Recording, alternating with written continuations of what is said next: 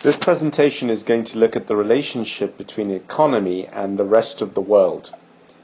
We are going to look at this firstly by looking at the trade balance.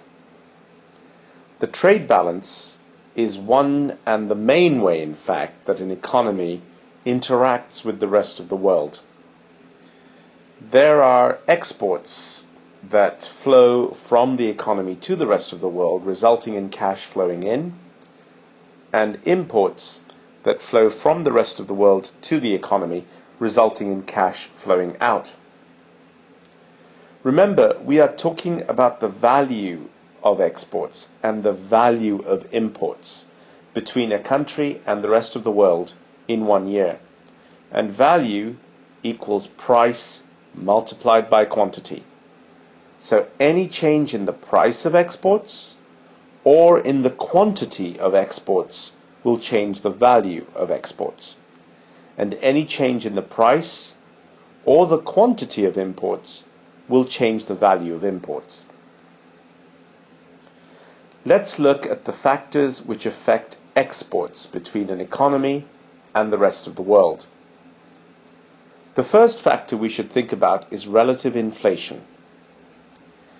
If we consider an economy and its trading partner countries, those countries that it sells exports to or buys imports from, the inflation rate between an economy and these other countries, the difference in the inflation rate, will influence the relative price of exports. Another thing that will influence the price of a country's exports is the relative labor productivity. Productivity means how much a worker in a country can produce in a period of time. If workers in one country are producing more than workers in another country, they will have a productivity advantage. The cost of production in the country with the higher productivity will be lower, and therefore the prices of exports from that country will also be lower.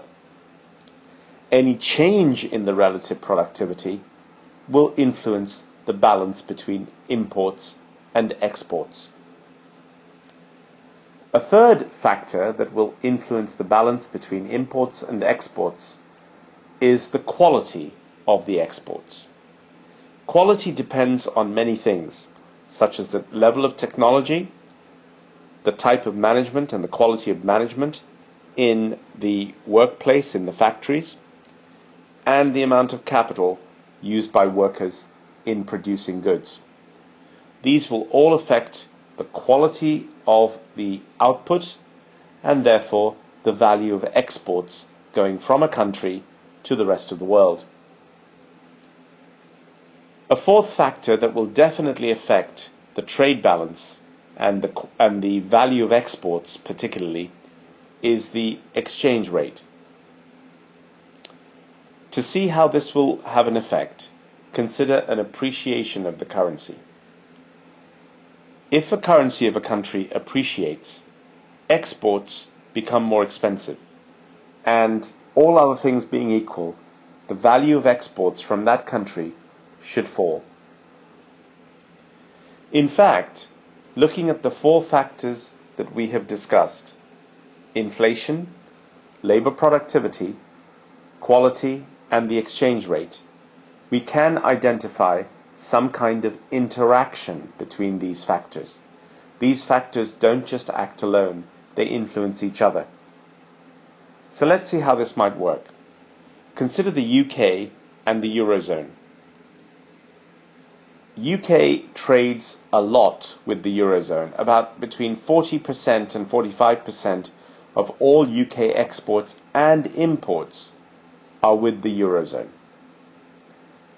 So if UK inflation starts to rise relative to the Eurozone, UK exports will definitely become more expensive. The demand for UK exports will fall, and therefore the value of UK exports would also probably fall. But there is now another compensating mechanism that comes into play. If the value of UK exports falls, the demand for the currency should also go down, because the demand for exports is down.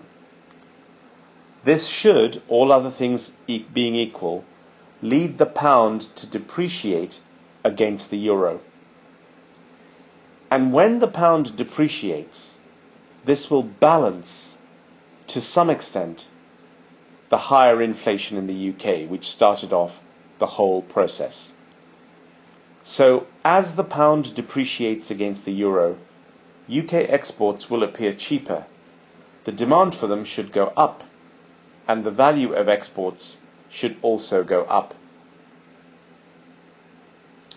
What we see here is a feedback effect between inflation and the exchange rate. This is also called an automatic stabilizer effect. So first we had a shock. The shock was the increase in inflation. This was followed by a relative fall, in the value of exports. But as the value of exports fell due to lack of demand for exports, the currency also depreciated. And this will lead to exports rising again. So what we have is an automatic stabilizer, which means that after an economy suffers a shock, the effect on its exports is somehow reduced. The shock causes an initial fall in exports, but then the exports bounce back to some extent due to a currency depreciation.